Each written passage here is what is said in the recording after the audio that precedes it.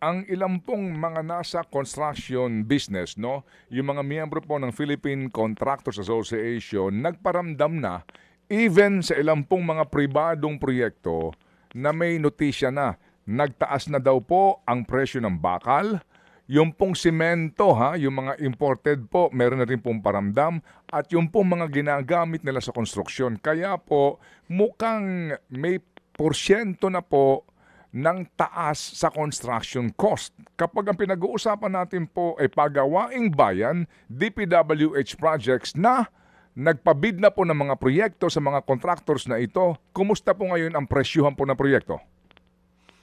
Tama po kayo, Manong Ted. No? Ito po ay aming patuloy na minamonitor dahil nga po sa nangyayaring gera. Talaga nga po nagkakaroon ng epekto sa presyo ng mga materyales tsaka po ng ating mga petrolyo. So kami po ay nag-issue ng Department Order Number 43. Ito po ay preliminary measure para po tugunan itong mga pag-increase ng presyo. Diba po, Manong Ted, last year, naglabas po tayo ng ating CMPD. Ito po yung Construction Materials Price Data. Ito po yung ginagamit ng mga contractor at ng DPWH. Basihan po ito ng presyo ng materyales kapag nagkagawa tayo ng bid out ng proyekto. So ngayon po, sa ating bagong DO43, mapayag po tayo gumamit ang mga implementing offices ng supplier canvas prices kapag po itong ating CMPD ay hindi na niya nare-represent ng tama ang prevailing market conditions ng kanyang locality. Mm-hmm. So, meaning, to be more emphatic po, Yusek?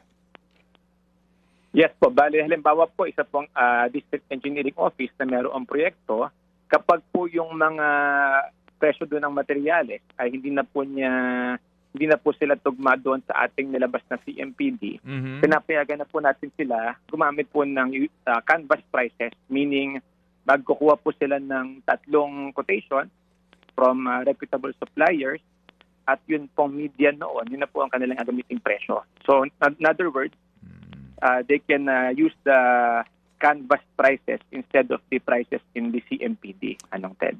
Meaning, magkakaroon ng adjustment sa cost ng project din? Tama po.